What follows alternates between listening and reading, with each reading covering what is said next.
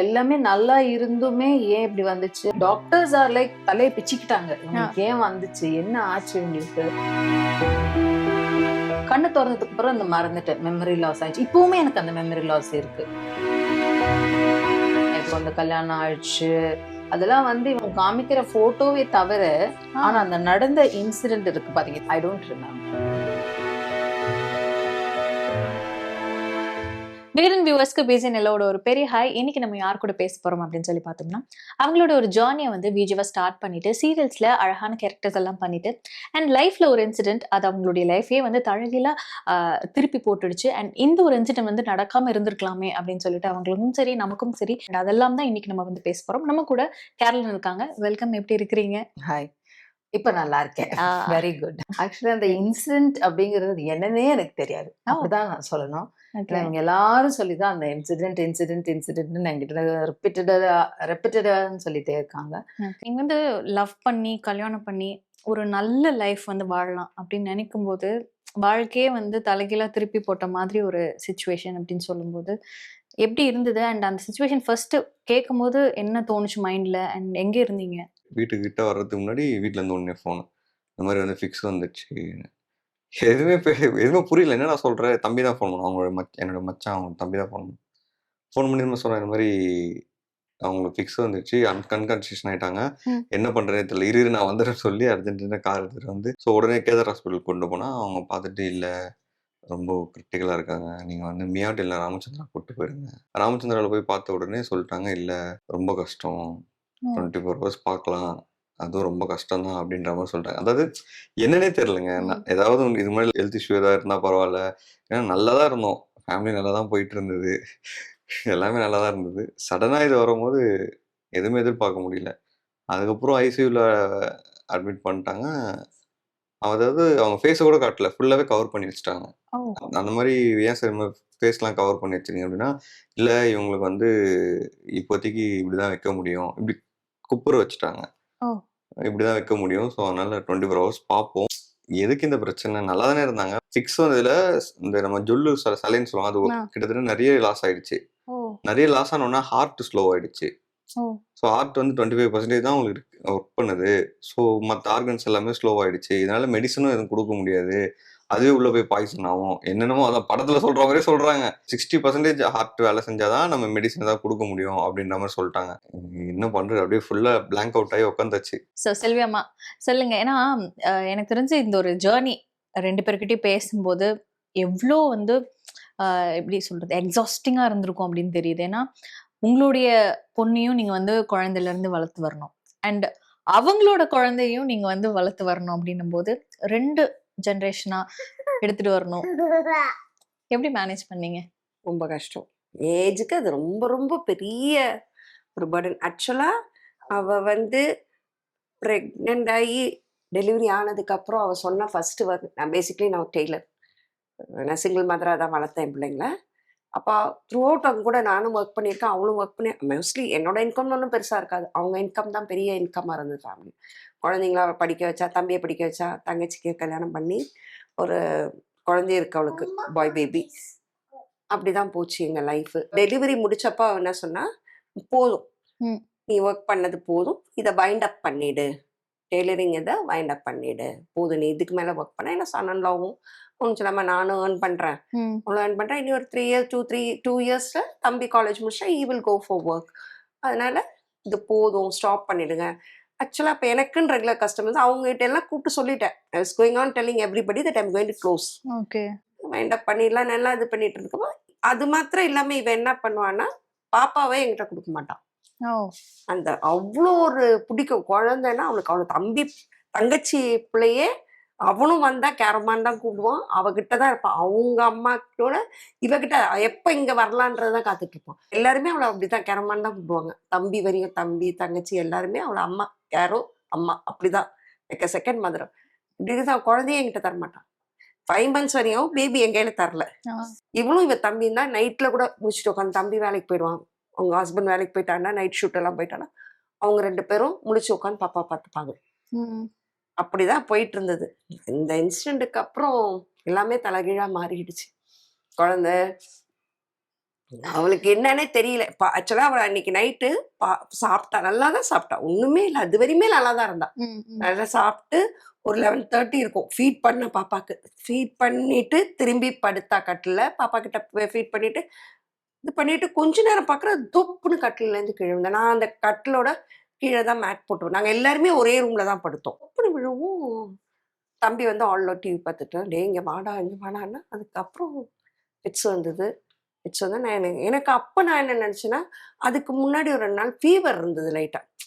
சாதாரணமாக உங்களுக்கு டெலிவரி ஆனால் ஒரு ஜென்னி வர்றோம் அந்த மாதிரி இதெல்லாம் இருக்கும் இல்லையா, அந்த மாதிரி தான் நினைச்சேனே தவிர இப்படி ஒரு இதுல கொண்டு போய் விடுவோம் நினைச்சு கூட பார்க்கல.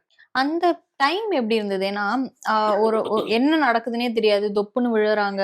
விழுந்து ஃபிட்ஸ் வந்தோடனே நான் அலர்ட் ஆயிட்டேன். ஏன்னா ஆல்ரெடி எனக்கு ஒரு எக்ஸ்பீரியன்ஸ் இருந்தது இல்லையா, ஒரு 17-18 இயர்ஸ் பேக் வந்து இந்த மாதிரி ஒரு ஃபிட்ஸ் வந்து தான் அவளுக்கு இதே ராமச்சந்திரால தான் அட்மிட் ஆகணும். அப்ப டயக்னோஸ் பண்ணிட்டாங்க, இட் வாஸ் பிரெயின் ஃபீவர். அப்பயும் அவ கோமால தான் இருந்தா. கோமால இருந்தா டாக்டர் சொன்னாங்க, எப்படி வேணாலும் ஆகலாம், யூ பி ஸ்டெடி, எனக்கு உயிரோட கொடுத்துருங்க, அது போதும், அவ எப்படி இருந்தாலும் நான் பாத்துக்கிறவளன்னு. அதான் she early morning she came back. ஒரு 5 மாச குழந்தை கையில, கை குழந்தை மாமியாரோட வைஃப்காக வெயிட் பண்ணிருக்கீங்கல்ல, என்ன நடக்க போகுது எதுவுமே தெரியாது, ஒரு சின்ன ஹோப் ஓட இருந்திருப்பீங்கல்ல, அப்போ மைண்ட்ல ரொம்ப பெருசாவே இருந்தது. ஏன்னா அவதான் எல்லாமே. ஸோ எங்களுக்கு எல்லாமே அவதான், வீட்டுக்கு எல்லாமே அவதான். ஸோ அவ இல்லாம ரொம்ப கஷ்டம், ரொம்ப சர்வே பண்றது கஷ்டம் அப்படின்ற மாதிரி. சரி ஓகே வந்துருவா சொன்னாங்க. இந்த மாதிரி பரவாயில்லைங்க, ஹார்ட் கொஞ்சம் இம்ப்ரூவ்மெண்ட் ஆயிருக்கு, 35% வந்திருக்கு அப்படின்னா. அதுக்கப்புறம் தான் எங்களுக்கு ஹார்ட்டே வந்தது. சரி அதுக்கப்புறம் எல்லாம் பேசி இது பண்ணோம். அடுத்த நாள் ஈவினிங் ஆயிடுச்சு. அவங்க நான் கொஞ்சம் அதாவது கிரிட்டிக்கல், அப்ப கிட்டத்தட்ட ஒரு 20 நாள் கிரிட்டிக்கலா தான் இருந்தாங்க. நாங்க சேர்த்ததுல இருந்து 20 நாள் கிரிட்டிக்கலா இருந்தாங்க.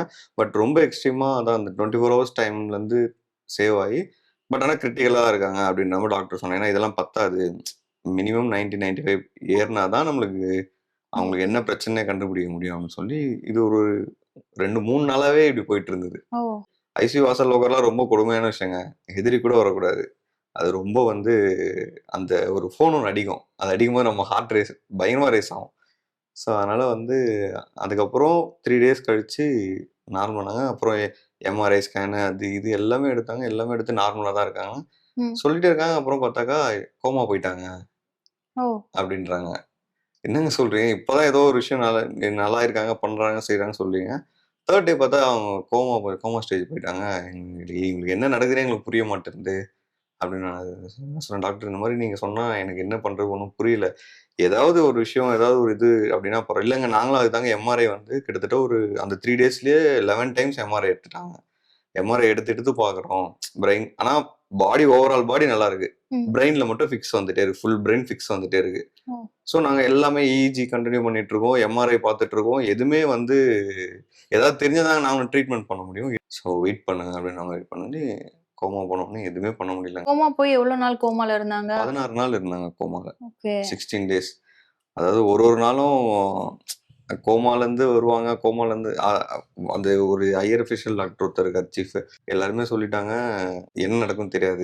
கடைசி வரைக்கும் இதுதாங்க சொல்லிட்டு இருக்காங்க, அவங்களோட வார்த்தையை தான், என்ன நடக்கும் தெரியாதுங்க, கோமா போனாங்க. ஒரு சிலர் நம்ம படத்துல பாக்குற மாதிரி, ஒரு சிலர் வந்து 1 மாசத்துல இருந்துக்கலாம், இல்ல 1 வருஷம் ஆகலாம், எப்படி ஆனா உங்களுக்கு லாங் டைம் ஐசியூ தேவைப்படும் அப்படின்ட்டாங்க. எனக்கு ஒன்றும் புரியல. நடு ரோட்ல நின்றுட்டு இருந்த குழந்தைய வச்சுட்டு உள்ளேயும் உட்கார முடியாது, வெளியவும் நிக்க முடியல. 5 months லிட்டரலா பாப்பா கரெக்டா 5 மாசம் கையில வச்சுட்டு நடு ரோட்ல நிக்கிறோம். ஃபீட் பண்ணணும், ஏன்னா அவ ஃபீட் பண்ண 11 o'clock ஃபீட் பண்ணா, 2 மணி ஆயிடுச்சு. குழந்தை வந்து அப்பயே இது பண்ண தொடங்கிடுச்சு, அழ தொடங்கிட்டா. என்ன பண்ணு ரோட்லயே தூக்கிட்டு என்கிட்ட இருந்தாலும் அவங்க மாமங்கிட்ட தான் ரொம்ப கம்ஃபர்டபுளா ஃபீல் பண்ணா. அவன் சொன்னா சரி நீ வெய் நான் பாக்குறேன்னு சொல்லிட்டு அவன் யார்கிட்டயோ ஃபோன் பண்ணி கேட்டு கடைசியில ஒரு வீட்டுல போய் தட்டி, அந்த நேரத்துக்கு அவன் ஃப்ரெண்டோட அப்பா வந்து மாடு வச்சிருக்காங்களாம், ஃப்ரெண்டையும் கூப்பிட்டு 2 பேரும் போய் கதவை தட்டி பால், அந்த நேரத்துக்கு விடிய காலையில 2 மணிக்கு 2-3 மணிக்கு பாலை கறந்து காய்ச்சி வாங்கிட்டு வந்தேன். ஒரு நாள் ஃபுல்லா அந்த கவு மில்க் தான் கொடுத்தேன். கவு மில்க் கொடுத்து 2 நாள் 3-4 நாள் அந்த கவு மில்க் தான் கொடுத்தேன் நான். கவு மில்க் கொடுத்தா அது 4வது நாள் she started to pass motion, blood motion போக தொடங்கிடுச்சு. அவன் ஆடிட்டான் தம்பிக்காரன், அம்மா இது விளையாட்டு இல்லை, இது வேற ஏதோ இருக்கு, வா டாக்டர்கிட்ட போலான்னு. அப்பத்திக்கு ஒரு 10 மில்க் கொடுத்தாங்க. அந்த ஒரு 10 8 900 rupees அந்த ஒரு டப்பா. ஒன்லி 450 கிராம்ஸ் தான் இருக்கும் அதில். 900 ருபீஸ் ஒரு டின்னு. அவன் உடனே போய் வாங்கிட்டு வந்தான். தம்பி தான் அவர் கிளினிக்லேயே கொடுத்துட்டா. ஃபர்ஸ்ட் டின் அங்கேயே கொடுத்துட்டா. அதுக்கப்புறம் வெளியே ஒரு டின் வாங்கினோம்னா எனக்கு வந்து ஹார்ட்லி 4 days to 5 days தான் வரும் பாப்பாக்கு. எப்படியும் 1 மாசம் நாங்கள் தாட்டிட்டோம் அதை வச்சுட்டு. அதுக்கப்புறம் என்னாலையும் முடியல. ஏன்னா தம்பிக்கிட்ட காசு கேட்க முடியாது. எனக்கு டெய்லரிங் என்ன வருமோ அதை வச்சு தான் மெயின்டைன் பண்ணணும். வேற எதுவுமே எனக்கு ஏன்னா கார்த்திகிட்ட எந்த விதத்துலையும் நாங்கள் டிஸ்டர்ப் பண்ண முடியல. ஏன்னா we know what is going over that. ஏன்னா எனக்கு தெரியறதோட அவனுக்கு தெரியும், தம்பிக்கு தெரியும். ஏன்னா அவங்க 2 பேரும் தான் இந்த பேங்க் டிரான்சாக்ஷன் எல்லாமே. அதுக்கப்புறம் as usual நான் தைக்கவும் தொடங்கிட்டு அவன் வந்து ஸ்டார்டட் இப்போ என்னென்ன கிடைக்குதோ ஓலா ஓட்டுறது, அந்த ஸ்விக்கி ஓட்டுறது, ஜொமேட்டோ ஓட்டுறது, இப்படி ஸ்டடீஸ். அவனுக்கு வந்து ஈவினிங் காலேஜ். ஸோ காலையில் டைமில் அந்த மாதிரி போட, இல்லை காலேஜ் முடிச்சுட்டு வந்து 7 மணிக்கு மேலே இல் ஸ்டார்ட் அந்த மாதிரி. பாப்பா அது எல்லாமே அப்போது மாமா கிட்ட சொல்லிட்டேன், நீ அக்காவை பார்த்துக்கோ, வீட்டில் பாப்பாவையும் அம்மாவையும் நான் பார்த்துக்கிறேன், அம்மாவும் ஏர்ன் பண்ணுறா, நாங்கள் மேனேஜ் பண்ணிக்கிறோம். அப்படியே போச்சு. ஃபினான்ஷியலாகவும் ரொம்ப கஷ்டப்பட்டோம், வீட்லேயும் கஷ்டப்பட்டோம். ஹாஸ்பிட்டலில் அவர் டெய்லி வருவான், 10 நிமிஷம் 15 நிமிஷம் வருவான், குளிச்சுட்டு சாமி படத்தாண்ட சாஷ்டாமா விழுவான். அது மாத்திரம் என்னால் என்றைக்குமே மறக்க முடியாது. சாமி படத்தாண்ட விழுந்து அப்படி அழுவானா அப்படி அழுவான். ஒரு 10 நிமிஷம் அவனுக்கு அங்கே அழுது முடிச்சாதான் அவன் கொஞ்சம் வேண்டிட்டு அவன் ஏஞ்சி போயிடுவான். பாப்பா வந்து 5 நிமிஷம் தூக்குவான் பாருங்க, அதுதான் அவன் தூக்குன டைம். ஃபினான்ஷியலாகவும் நம்ம டைட்டு. ஒரு நாளைக்கு 80,000 பில்லு, ஒரு டேக்கு 80,000. 40,000 வந்து வென்டிலேட்டருக்கு அண்ட் அது இதுன்னு சொல்லி ஒரு 40,000, 80,000, 85,000, 90,000 அந்த மாதிரிலாம் வர ஆரம்பிச்சது. சரி, என்னால் முடிஞ்ச அளவுக்கு நானும் சமாளித்தேன், எல்லாம் பார்த்துட்டு தான் இருந்தேன். அதுக்கப்புறம் ஒரு ஸ்டேஜில் முடியல, இதுக்கப்புறம் நம்ம ஹெல்ப் கேட்டு தான் ஆகணும் அப்படின்ற நிலைமைக்கு போயாச்சு. தெரிஞ்சவங்களாம் கால் பண்ணி எல்லாருக்கும் ஹெல்ப் கேட்டு நிறைய பேர் செஞ்சாங்க, நிறைய பேர் செய்யல. அதாவது நமக்கு வந்து ரொம்ப கஷ்டமான இக்கட்டான சூழ்நிலையில தான் நம்மள கூட இருக்கிறவங்க யாரு யார் நமக்கு புரியும் அப்படின்வாங்க இல்லையா? உங்களுக்கு என்ன மாதிரியெல்லாம் வந்து தெரிஞ்சுது ஒருத்தருடைய ஃபேஸ்லாம், யார்கிட்ட எல்லாம் ஹெல்ப் கேட்டீங்க? நிறைய அதாவது ஃப்ரெண்ட் சர்க்கிள்ல இருந்து, நம்ம கொலீக்ஸ்ல இருந்து. ஜீவா ரவி சார்னு ஒருத்தர் இருக்காரு, சீரியல் ஆர்டிஸ்ட். அவர் வந்து எனக்கு சத்தியமா எனக்கு ஒண்ணுமே புரியலங்க, நான் என்ன பண்றது தெரியல. ஏன்னா நம்மளுக்கு இது பழக்கமும் கிடையாது, யார்கிட்ட ஹெல்ப் கேட்டும் பழக்கமும் கிடையாது. அப்போ ஒரு சார் வந்து நாங்கள் எல்லாமே ஒன்றா ஒர்க் பண்ணுவோம் ஒரு ப்ராஜெக்டில். அப்போ வந்து சொன்னார், மிலா ஆப்னு ஒன்று இருக்குது கார்த்திக், நீ அதில் வந்து ட்ரை பண்ணு, நான் உனக்கு எல்லாமே என்னமோ எல்லாமே பண்ணித்தரேன். ஸோ எனக்கு இவங்ககிட்ட கேட்டு அவங்க ஃபுட்டேஜ் மட்டும் வேணும், அவங்களோட ஃபோட்டோஸ்லாம் வேணும். ஸோ அதெல்லாம் போட்டால் தான் அந்த ஆப்பில் வந்து அப்ரூவல் கொடுப்பாங்க அப்படின்னு. சரி ஓகே அப்படின்னு சொல்லிட்டு டாக்டர்ஸ் கிட்ட பேசி அதை வாங்கி எடுத்து கொடுத்து போட்டோம். இன்சூரன்ஸ் எதுவும் எடுக்கலையா நீங்க? இன்சூரன்ஸ் எடுக்கலங்க. என்ன பிரச்சனைனா எல்லாமே கேரோ தான் பார்த்துப்பா. ஸோ நான் வீட்டு விஷயத்துல ரொம்ப ஃப்ரீயா இருப்பேன், எனக்கு எந்த பிரச்சனையும் கொடுக்க மாட்டேன். நான் வேலைக்கு போக வருவேன், ஏதாவதுன்னா ரெண்ட் அது மற்றபடி எல்லாமே சேவிங்ஸ்லேருந்து எல்லாமே கேரோ தான் பார்த்துப்பேன். அதனால நான் விட்டேன். இன்சூரன்ஸ் எடுத்துட்டு வச்சுக்கின்றது ரொம்ப தப்பான விஷயம். அது வந்து நான் இப்போ எல்லா ஃப்ரெண்ட்ஸுக்கும் நான் சொல்றேன், இவங்க கண்டிப்பா செய்வாங்கன்னு நம்பி ஆனா செய்யல அப்படின்னும் போது அந்த ஒரு வலி எப்படி இருந்தது? அது ரொம்ப மோசங்க. அதாவது ஃபர்ஸ்ட் வந்து நான் இங்க வந்து யாரையுமே பிளேம் பண்ணல, ஏன்னா யாருக்கும் உதவி செய்யணும்னு கட்டாயம் கிடையாது. இப்போ நம்ம இண்டஸ்ட்ரியில் ஒர்க் பண்ணா ஒரு 15 வருஷமா இருக்கேன் இண்டஸ்ட்ரியில். நான் நிறைய ஆர்டிஸ்ட்டை ஒர்க் பண்ணிட்டேன், பெரிய பெரிய ஆர்டிஸ்ட்டை ஒர்க் பண்ணிட்டேன். நான் ஒர்க் பண்ணவங்ககிட்ட தான் நான் ஹெல்ப் கேட்டேனே. இது மீறி இப்போ லாரன்ஸ் சார் எவ்வளோ ஹெல்ப் பண்ணுறாரு. இப்போ நான் நினச்சேன்னா வேற ஒரு கான்டாக்ட் மூலியமா சார்கிட்ட போய் கேட்கணும் அப்படின்னு சொல்லி போயிருக்கலாம். பட் எனக்கு அது தோணலை. என்னன்னா சரி, நம்ம வேலை செஞ்சவங்களே பெரிய பெரிய ஆளுங்க தான், அவங்க நம்மளை விட்டுற மாட்டாங்க. நான் வந்து ஃபர்ஸ்ட் ஜிவி பிரகாஷ் சார்கிட்ட ஒர்க் பண்ணேன், music director hero GV Prakash சார்கிட்ட ஒர்க் பண்ண 3 வருஷமா.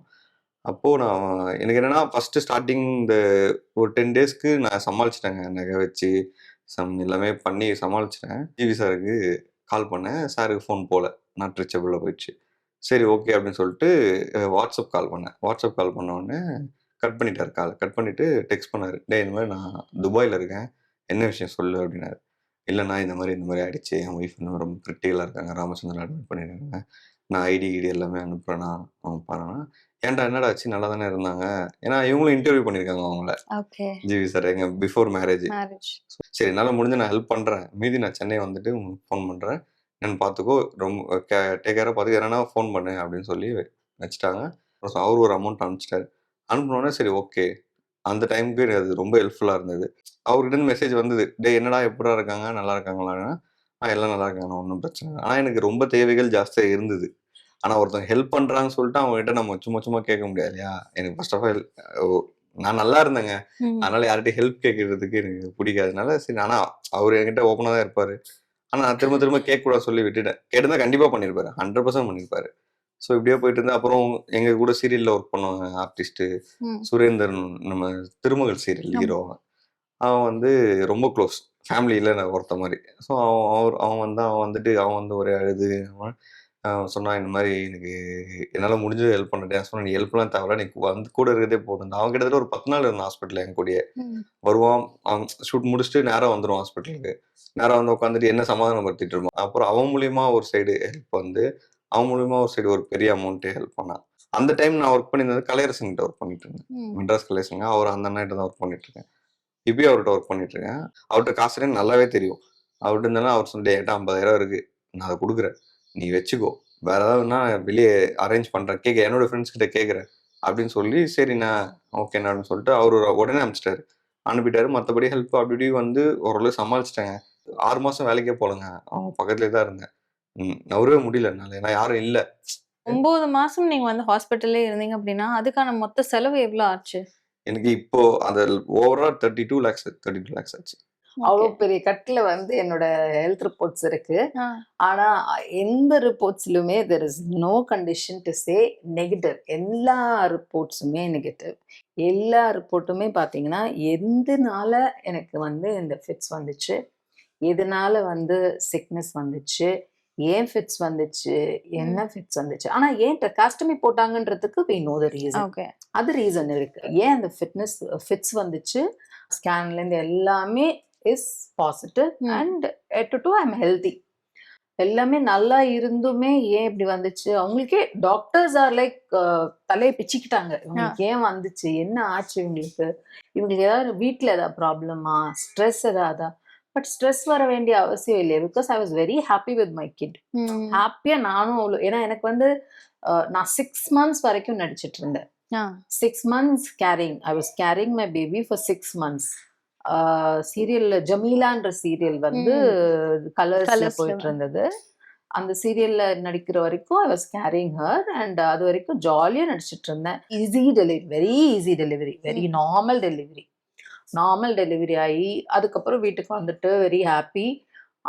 ஒரு பேபி கூட இருந்து 5 monthsல all of a sudden for no reason why யாருக்குமே அதுக்கப்புறம் வரைக்கும் கண்டுபிடிக்க முடியல. எனக்கு ஐசியூல இருக்குமோ என்ன நடந்துச்சுன்றது எனக்கு தெரியாது. பிகாஸ் அதை ஃபுல்லா என் ஹஸ்பண்ட் தான் பார்த்துக்கிட்டாரு. Because I was totally unconscious. அங்க என்ன நடந்துச்சுன்னு எனக்கு தெரியாது. Really and 1 sec I lost a heart beat. This happen there. அது வந்து சொல்லவும் செஞ்சாங்க. எங்க ஹஸ்பண்ட் கிட்ட சொன்னாங்க, she lost a heart beat for a second. அது I felt my heart beat for a second. Heart beat அப்படி நின்னுச்சுன்னா கை கால்லாம் it will go like this. லிட்டரலா உடம்பு தூக்கி போடும். எனக்கு ஹார்ட் பீட் ஒரு செகண்ட் நின்று திருப்பி வந்துச்சு. அவங்க அந்த மிஷின் கொண்டு வந்து வச்சுட்டாங்க. Give me that electric. அதுக்கு முன்னாடி வந்துருச்சு. It came back. இல்லைன்னா எனக்கு they had to give me the shock.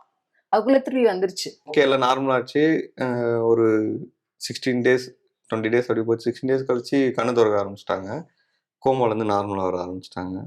Normal வந்தோடனே அதே பெரிய விஷயம் அப்படின்னு சொல்லிட்டு எல்லாம் ஓகே. இப்போ என்னன்னா இவங்க ஃப்ரெஷ்ஷாக புதுசாக பிறந்த குழந்தை, வெறும் உதடு மட்டும் தான் அசையுது, வேற எந்த பார்ட்டுமே அசையல, எந்த விஷயமும் இல்லை. கையில இவ்வளோ பெருசாகிடுச்சு ஃபுல்லா.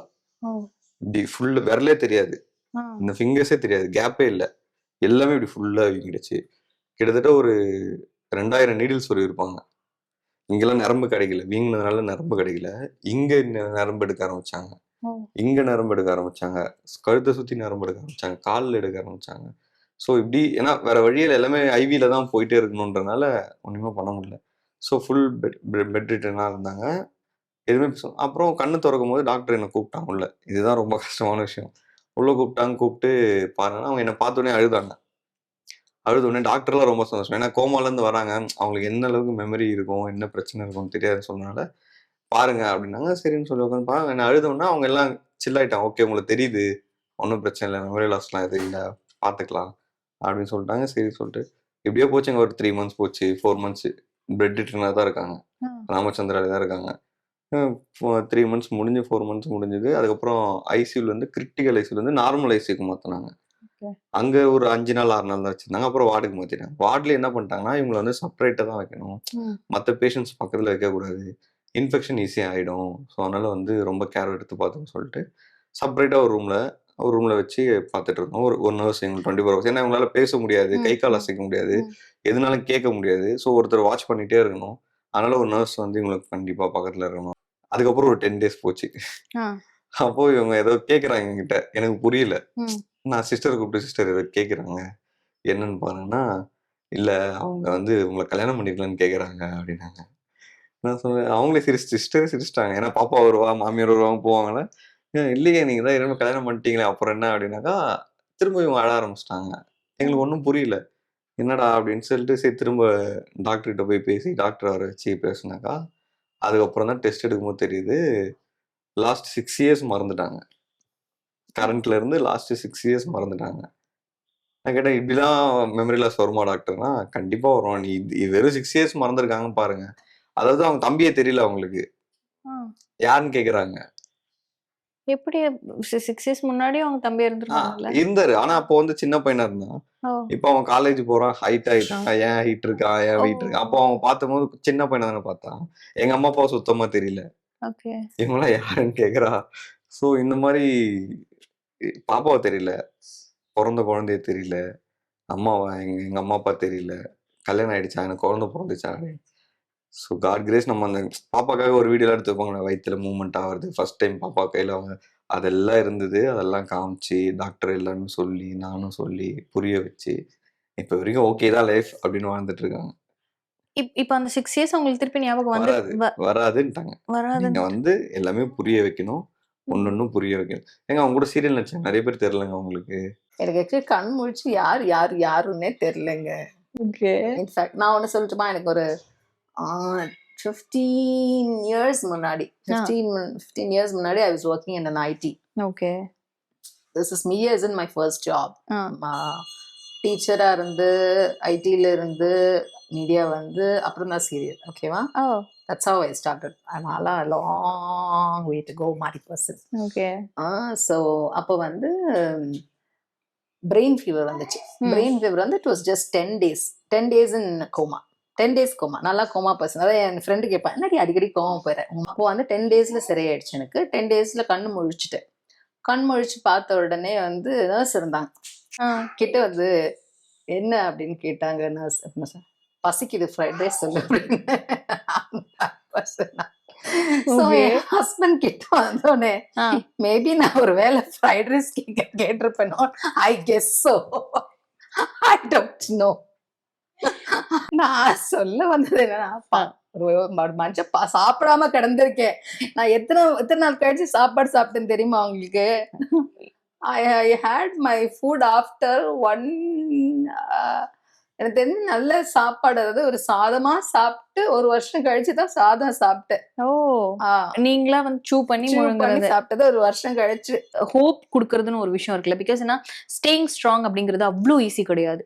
அண்ட் அவ்வளோ விஷயத்தையும் கோ த்ரூ பண்ணணும், பாடி வைஸும் சரி மென்டலாவும் சரி. அப்படின்னும் போது அந்த ஒரு பீரியட் ஆஃப் டைம்ல உங்க ஹஸ்பண்ட் பேசுற வார்த்தைகள் ஏதாவது உங்க காதுல விழுந்ததா?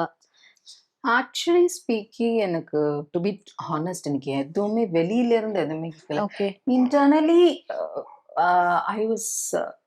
I think I was fighting for my daughter, I guess. அதுதான் டாக்டர்ஸும் அதான் சொல்றேன், she is fighting for something. எனக்கு என்னோட டாக்டர் தான் நான் வந்து தேடிட்டு இருந்தேன்னு நினைக்கிறேன். But I couldn't explain it at that time. அந்த டைம்ல என்னால் அதை எக்ஸ்பிளைன் பண்ண முடியல. கண்ணு திறந்ததுக்கு அப்புறம் அந்த மறந்துட்டேன், மெமரி லாஸ் ஆயிடுச்சு. இப்பவுமே எனக்கு அந்த மெமரி லாஸ் இருக்கு. இப்பவுமே நிறைய விஷயம் நான் மறக்கிறேன். ரோட்ல நடந்து போனாலே திடீர்னு மறந்துடுவேன், எந்த சைட் திரும்பணும்னு மறந்துடுவேன். இப்போ அந்த கல்யாணம் ஆயிடுச்சு அதெல்லாம் வந்து இவங்க காமிக்கிற போட்டோவே தவிர, ஆனா அந்த நடந்த இன்சிடென்ட் இருக்கு பாத்தீங்க, again the same incident, I don't remember. கல்யாணம் ஆனது மறந்துட்டீங்க, குழந்தை பிறந்தது மறந்தாச்சு. பட் ஆனால் இந்த டாக்டர்ஸ் வந்து சொல்லும்போது உங்களுடைய பொண்ணுக்காக நீங்க ஃபைட் பண்றீங்க அப்படின்னும் போது, கண் முழிச்ச போது உங்களுக்கு ஒரு பொண்ணு இருக்குன்னே தெரியல. அது எப்படி? ஏன்னா எல்லாமே வந்து லைக் ஆம்பிஷ் ஆகிற மாதிரி ஒரு ஃபீல் இருக்கும் இல்லை, எல்லாமே ஒரே நேரத்துல ஒரே இடத்துல கொண்டு வந்து உங்ககிட்ட திணிக்கிற மாதிரி ஒரு ஃபீல் இருந்திருக்கும்ல. அது எப்படி ஃபேஸ் பண்ணல? ஆனா டாக்டர்ஸ் வந்து சொல்லி தான் அமிச்சாங்க, don't push her on to it. கொஞ்சம் கொஞ்சமா டூ திங்ஸ் ஆன். அவளுக்கு தெரியலன்னா லீவர். ம். அவங்களுக்கு தெரியலன்னு சொன்னாங்கன்னா விட்டுடுங்க. ம். ம். Don't push everything on to her at one time. அவங்க பேசும்போது சொல்லியிருந்தாங்க. லைக் வந்து எனக்கு எல்லாமே மறந்துருச்சு. எனக்கு ஒரு பாப்பா இருக்குன்னே தெரியல. இப்படியெல்லாம் சொல்லும்போது, அம்மாக்கு வேணா வந்து குழந்தைய மறந்துருக்கலாம். குழந்தை வந்து அம்மாவ அது பாண்ட் ஏங்கும்ல. இருக்கு. இல்ல அது வந்து ஏங்கல. ஆ. பாப்பா ஏங்கல. ஓகே. அது ஒரு பெரிய கிஃப்ட். உண்மையா சொன்னாலே அது அவ தெரிஞ்சு பண்ணாலோ, தெரியாம பண்ணாலோ தெரியாது. தம்பி கிட்ட அந்த பாண்ட ஆ.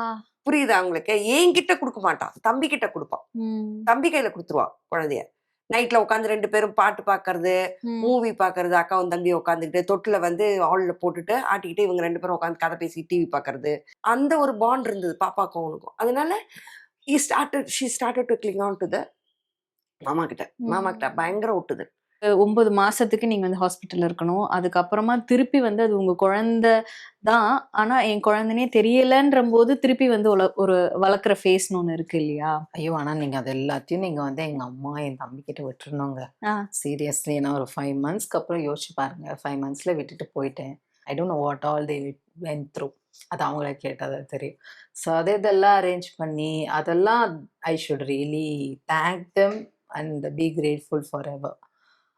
ஸோ அது வந்து அவங்க 2 பேருக்கு தான் தெரியும். என்ன தே டிட்ன்னு, என்ன ஓகே. பண்ணாங்கன்னு சொல்லி. அது வந்து அப்போ மட்டும் இல்ல. For about a year they did that.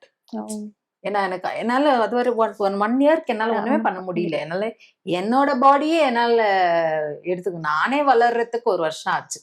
அவ வளர்றதுக்கு இல்ல. நான் 1 இயர்க்கு அவ 1 இயர் அவளோட ஃபர்ஸ்ட் பர்த்டே வரைக்குமே நான் வளரல. அப்புறம் தானே அவ வளர்றதுக்கு. அவளோட ஃபர்ஸ்ட் பர்த்டேக்கு அப்பா ஊர்ல இல்ல. நான் ஹாஸ்பிட்டலைஸ் மாதிரியே தான் இருந்தேன். பெட் ரிடன் மாதிரியே தான் இருந்தேன். ஸோ நான் வளரல அது வரைக்கும். ஸோ அவ ஃபர்ஸ்ட் பர்த்டேக்கும் இல்லை. செகண்ட் பர்த்டே மட்டும்தான் நாங்க வந்து ஏதோ அப்பா அம்மா ஒரு செலிப்ரேஷன் மாதிரி இருந்தோம். Okay. we were like okay fine we are better now to stand up and do things அப்படின்ற நிலைமைக்கு வந்தோம். உங்களோட குழந்தைய நீங்க வந்து வளர்க்குறீங்க இல்லையா? பட் ஆனா இந்த ஒரு இன்சிடென்ட்க்கு அப்புறமா திருப்பி அவங்க வந்து லைக் அவங்க புதுசா பொறந்து ஒரு குழந்தையா வந்திருக்காங்க. அது ரொம்ப கஷ்டமா தான் இருந்ததுமா. ம். ரொம்ப கஷ்டம்னா ரொம்ப கஷ்டம் அது. ஏன்னா இவளும் குழந்தை, அவளும் வந்து பாப்பா கிட்ட ஃபர்ஸ்ட் எல்லாம் அக்செப்ட் பண்ணிக்கவே இல்ல. ம். அவ கத்துனாலாம் ஷி கெட் இரிட்டேட்டட். ஆ. அவளோட என்னன்னே எங்களுக்கும் புரியல. குழந்தை மேல வெறுப்பா, ஆளாளுக்கு ஒண்ணு சுத்தி இருக்கவங்க சொல்ல தொடங்கிட்டாங்க. லைக் ரிலேட்டிவ்ஸ்குள்ள ஆ. குழந்தை மேல அது வேற ஒரு மாதிரி சொல்லுவாங்க இல்லையா? இவ பிறந்த நேரம் அது அந்த மாதிரிலாம் கூட யோசிக்க தொடங்கிட்டாங்க. ஓ. இந்த மாதிரி அதனாலதான் அவளோட ஆக்சுவலா அவளோட இது அது இல்ல. அப்ப அவளும் பேச முடியாது இல்லையா? ம். ம். இப்பதான் தெரிய வருது அது இருக்கிறதுனால ஒரு இரிட்டேஷன் இருந்திருக்கு போல இருக்குன்னு. குழந்தைகிட்ட வரமாட்டா. எங்களுக்கு அது கஷ்டமா இருக்கும். அவங்களே சொல்லியிருப்பாங்க ஸ்டாஃப் நர்ஸ். அவ வந்து வீட்டுல ஒரு பொண்ணு மாதிரி இருந்தா. எனக்கு ரொம்ப ஹெல்ப்ஃபுல்லா இருந்தா. நீ விடுமா நான் பாத்துக்க. நான் ஒரு நாள் அழுதுட்டேன் அவகிட்ட. ம். எனக்கு இது தாங்கவே முடியலடி. அவ எப்படி ஆனா எப்படின்னா அந்த குழந்தைய தரமாட்டா என்கிட்ட. அப்படி இருந்தவ இந்த புடின்னு சொல்லி தூக்கி போட்டு போனா எப்படி இருக்கும் நம்மளுக்கு? அப்படிதான் இருந்தது. 5 மாச குழந்தைய இப்படி கையில போட்டுட்டு அவ பாட்டுன்னு போயிட்டா. நான் என்ன பண்ண முடியும் அந்த குழந்தைய வச்சுட்டு? Mother feed. ரொம்ப அதே மாதிரி நிறைய பேரு வந்து அந்த டைம்ல ஃபோன் பண்றது. பாப்பாவ தான் நிறைய பேர் கேட்டாங்க. என்ன பண்றீங்க குழந்தைய வச்சுட்டு? என்ன பண்றீங்க குழந்தைய வச்சுட்டு? வீட்டுக்கு கூட்டிட்டு வந்ததுக்கு அப்புறமா எப்படி இருந்தது? அவங்களுடைய லைக் லைஃப் ஸ்டைல் எல்லாமே வந்து மாறி இருக்கும் இல்லையா? இல்ல வீட்டுக்கு வரும்போது இந்த பெட்ரூம்ல வந்து ஃபுல் மெடிக்கல் செட்டப் தான். அந்த ஹாஸ்பிட்டல் கட்டில், ம். ஆக்ஸிஜன், ம். Suction machine. ஏன்னா அவங்களுக்கு வந்து இங்க ட்ரெக்காஸ்டமி பண்ணி இந்த ஹோல்ஸ் இருந்ததுனால ஓ. அவங்களுக்கு வந்து ஆக்சிஜன் சப்போர்ட் எப்பவுமே வேணும். அண்ட் வந்து எல்லாமே இந்த சைடு தான் வரும் அவங்களுக்கு. இருமுனாலோ கோல்டு வர்றது, மூச்சு விடுறது எல்லாமே இங்க தான். இங்க மூக்கும் வாயும் சும்மா தான், ஒண்ணுமே இல்லை.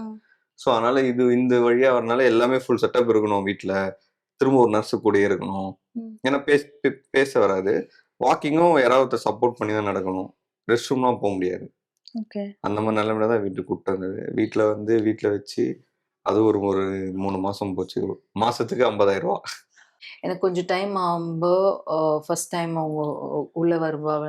இன்னொன்று எனக்கு அந்த டியூப் வந்து இட் வாஸ் ஃபர்ஸ்ட் டைம். நீங்கள் அந்த டியூப் பார்த்துருக்கீங்க. பெரிய ஒரு டியூப் போட்டிருந்தாங்க. அந்த டியூப் கிட்ட யார் வந்தாலுமே it will be disgusting. Literally ஒரு டிஸ்கஸ்டிங் டியூப். எனக்கே டிஸ்கஸ்டிங்காக இருந்தது அந்த டியூப். ஸோ அந்த டிஸ்கஸ்டிங் டியூப் இருக்கும்போது ஒரு நாம பெரியவங்க இருக்கும்போதே கஷ்டமா இருக்கும். ஒரு சின்ன குழந்தை கிட்ட வரும்போது எப்படி இருக்கும் எனக்கு. ஸோ அந்த குழந்தை எனக்கு கிட்ட வரும்போது லிட்டரலாக அந்த குழந்தை மேலே கோவம் இல்லை. So I didn't want her to come near me. So அந்த மாதிரி ஒரு சுச்சுவேஷன்.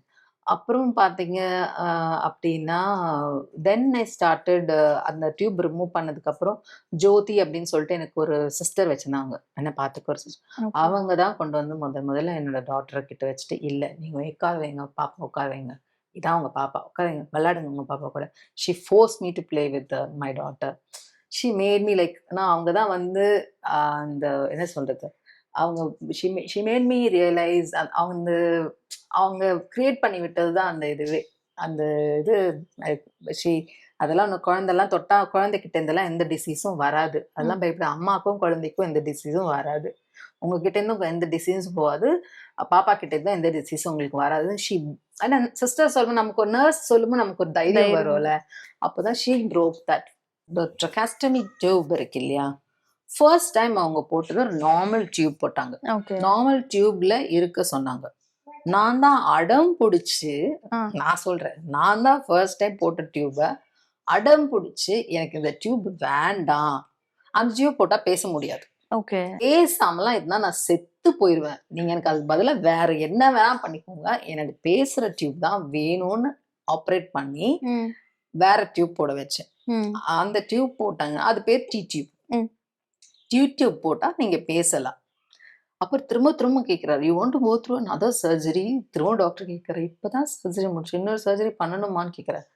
எனக்கு நீங்க என்ன வேணா பண்ணிக்கோங்க, நான் சாப்பிடாம கூட இருந்துறேன் டாக்டர், என்னெல்லாம் பேசாமலாம் இருக்க முடியாது. அப்புறம் அவரே சிரிச்சிட்டாரு. ஓகே, நான் உங்களுக்கு டி டியூப் போட்டு தரேன், டிசைட் பண்ணிட்டீங்களா, கன்ஃபார்ம் பண்ணிக்கோங்க அப்படிங்க. ஓகே, கன்ஃபார்ம் பண்ணேன்.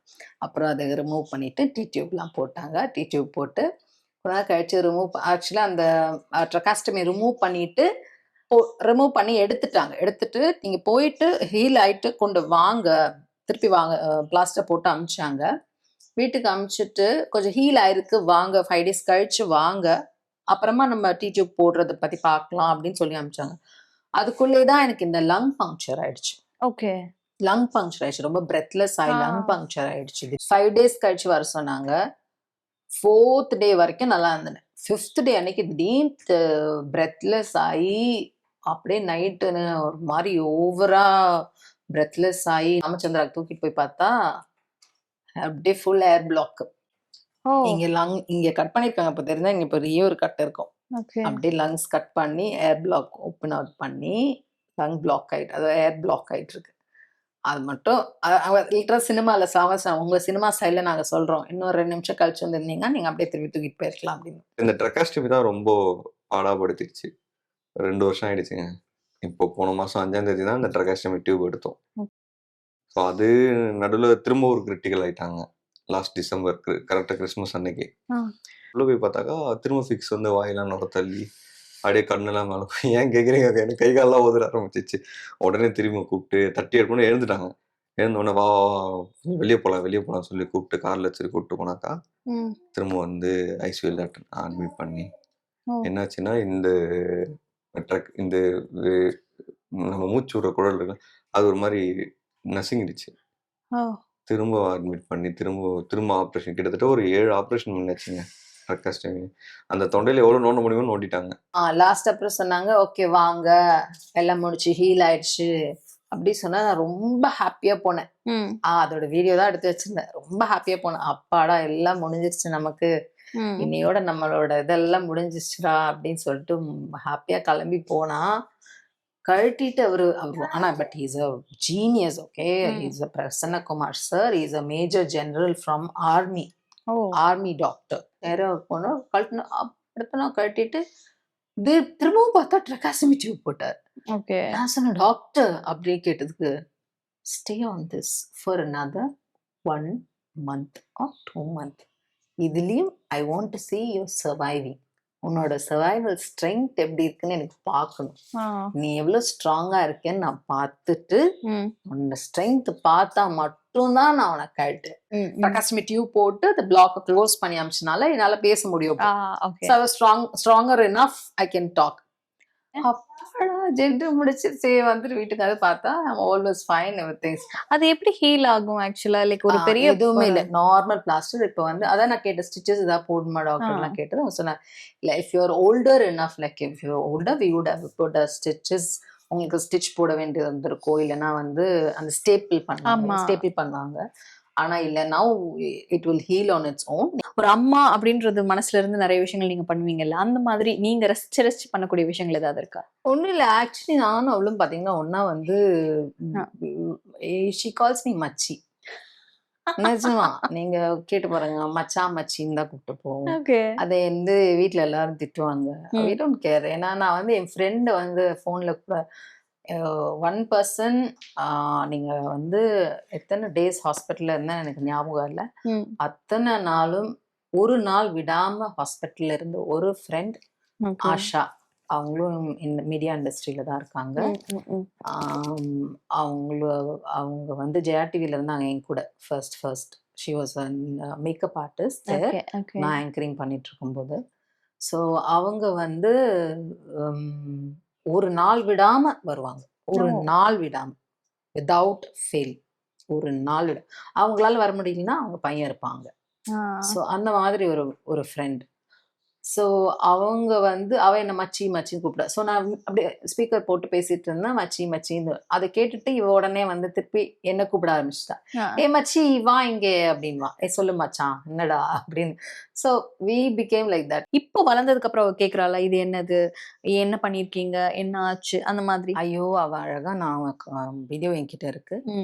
என் கழுத்துல கை வச்சு, mummy God bless you father Amen அப்படின்னு ப்ரே பண்ணுவா. I have a video of that. Beautiful. and பண்ணும்போது உங்களுக்கு எப்படி இருக்கும்? நடுவுல யாரோ வந்து கை வைக்காத கத்துவாங்க. I said let her pray. குத்துனா கூட குத்துட்டு பரவாயில்ல. ஸோ இவ்வளோ கோ த்ரூ பண்ணதுக்கு அப்புறமா இப்போ எப்படி இருக்கு? ஒரு 2.5 years ஸ்ட்ரகிள் இல்லையா இது? ஆல்மோஸ்ட் 2.5 years முடிஞ்சிருச்சு. முடிஞ்ச போது இந்த இயர் முடிஞ்சிருச்சுன்னா 2.5 years முடிஞ்சிருச்சு. I'm actually going through in the last year, in the end வந்து இந்த டென்ட் வந்து ஒரு பிளாஸ்டிக் சர்ஜரி முடிஞ்சிருச்சுன்னா I will be free from this struggle and I can get back to work. And physically I'm fit and fine. இன்னொரு scar மட்டும் தான் போகணும். Scar போயிடுச்சுன்னா I can start working like how you are working. நீங்க உட்கார்றதா நான் உட்காரலாம். ஓகேவா? அப்படிதான் நான் ஆரம்பிச்சேன். So that's what I'm waiting for. நார்மலா காத்து பட்டே காஞ்சிரும். இப்போ ஃபுல்லி காஞ்சு போச்சு. ஸ்கார் மட்டும் தான் இருக்கு. அடிப்பட்டா நமக்கு தழும்பு மாதிரி இருக்குல்ல, தழும்பு தான் இருக்கு. இப்ப இந்த குழிய மட்டும் அடைக்கணும். இப்ப வரைக்குமே for the time being, even now I keep getting calls from every other director I've been working through. என்ன கூப்பிட்டுட்டே தான் இருக்காங்க. என்னம்மா, how are you looking now? So this is how I look. இந்த ஸ்கார் மட்டும் இல்லைன்னா I would have called him அப்படின்னு நான் சொன்னேன். Sir what can I do? What can I do, sir? How do I know, sir? என்ன பண்ணுறதுனே தெரியல sir. நான் தான் கேட்டேன், என்ன ரிச் கேரக்டர்னா கூட ஏதாவது ஜுவல்லரி அந்த மாதிரி போட்டது பண்ணிடலாம். But for everything I cannot keep covering myself with jewellery. மேக்கப்லையும் இது கவர் ஆகாது. நாங்கள் ட்ரையும் பண்ணிட்டோம். மேக்கப் போட்டு கவர் பண்ணால் பார்த்தா அது உள்ள it's not safe enough to put makeup inside. அதுவும் பண்ண முடியாது. So it's not a big thing because makeup wise you can do anything. Right? You right, makeup can do anything. ஒரு makeup ஆர்டிஸ்டோட wife ஆச்சு நான், என்ன வேணா பண்ணிடலாம் அதை வச்சு. ஸோ அதனால that is not a challenge and going back to work is also not a big challenge for me. So இப்போ வந்து நீங்க வந்து ஆசைப்படுறீங்க திருப்பி நம்ம கரியர் வந்து ரீஸ்டார்ட் பண்ணணும், நம்மளுடைய விஷயங்கள்லாம் பண்ணணும் அப்படின்ட்டு. பட் ஆனால் உங்களுடைய உடம்பு ஒத்துழைக்கணும் இல்லையா? ஏன்னா வீட்டில் எல்லாரும் பயப்படுவாங்க இல்லையா? அந்த ஒரு பயம் உங்களுக்கு? எனக்கு இல்லை. 100% இல்லை. நான் தெரிஞ்சா வந்து இந்த 5 months பேபியோட இருக்கும்போது எனக்கு ஃபிட்ஸ் வந்தது. எதனால வந்தது? Who can? இப்போ டாக்டருக்கு தெரிஞ்சதா? இவன் ஹையஸ்ட் அவ்வளோ படிச்சு டாக்டருக்கே தெரியல ஏன் வந்ததுன்னு. only God knows what can happen when. So only God can decide what we should do when. அவர் நினைச்சாருன்னா நான் நடிக்க போறேன், இல்லைன்னா நடிக்காம வீட்டில் உட்கார போறேன், அவ்வளவுதான். That is my plan. கூட ஒர்க் பண்ண பாபு சாரு, எலிசபெத் மேம், இவங்கெல்லாம் வந்து எனக்கு பர்சனலா என்ன தெரியும், என் நம்பர்ஸ் தெரியும். ஸோ அவங்க எல்லாம் பர்சனலா கூப்பிட்டு கண்டினியூஸ் ப்ரேயர்ஸ், சார் வந்து அவ்வளோ எனக்கு சப்போர்ட் பண்ணியிருக்காரு. தைரியமா இருமா, ஒன்றும் இல்லை, உன் பொண்ணு உன்கிட்ட. ஏன்னா இவங்களுக்கு எல்லாம் தெரியும் நான் இவ கூட எப்படி இருப்பேன்ட்டு. ஸோ அவங்க எல்லாருமே அந்த அந்த நேரத்துக்கு அந்த வேர்டு வந்து பெரிய விஷயம். மெயினாக அவள் ஃபேமிலியோட அவள் ஹாப்பியாக இருக்கணும். என்னோட இதாக அதுதான். ஏன்னா நம்ம எவ்வளோ நாள் இருக்கப்போம். அவளும் அதுதான் சொல்கிறான். நான் வந்து வேலைக்கு போயிடுவேன், எனக்கு தெரியாது, நீயாச்சும் உன் பேத்தியாச்சு என்கிட்ட வரக்கூடாது, என்னை டிஸ்டர்பே பண்ணக்கூடாது, நம்ம வேலைக்கு போகணும். அதுதான் அவளோட இன்டென்ஷனே அதுதான். நானும் அதுக்கு தான் ப்ரே பண்ணிட்டு இருக்கேன். Let her get back to work. ஏன்னா அது அவளோட ஒரு என்ன சொல்ற ஒரு பயங்கர ஒரு பேஷன். அதில் ஆக்டிங் வந்து அவளுக்கு சோறு இல்லாமல் கூட உட்காந்துருவா போல இருக்கு. அது இல்லாமல் இருக்க மாட்டா. வீட்டில் இருக்கிறனால அவளுக்கு ரொம்ப கஷ்டம். இந்த கடந்த ஒரு 2 வருஷமா எங்களுக்கு வேண்டாம், எங்களுக்கு அந்த லைஃபே வேண்டான்றேன், நான் வீட்டில் இருக்கவே வேண்டாம், let her go back to work. All the love and strength you. கண்டிப்பா வந்து இதுவும் கடந்து போகும். தேங்க்யூ.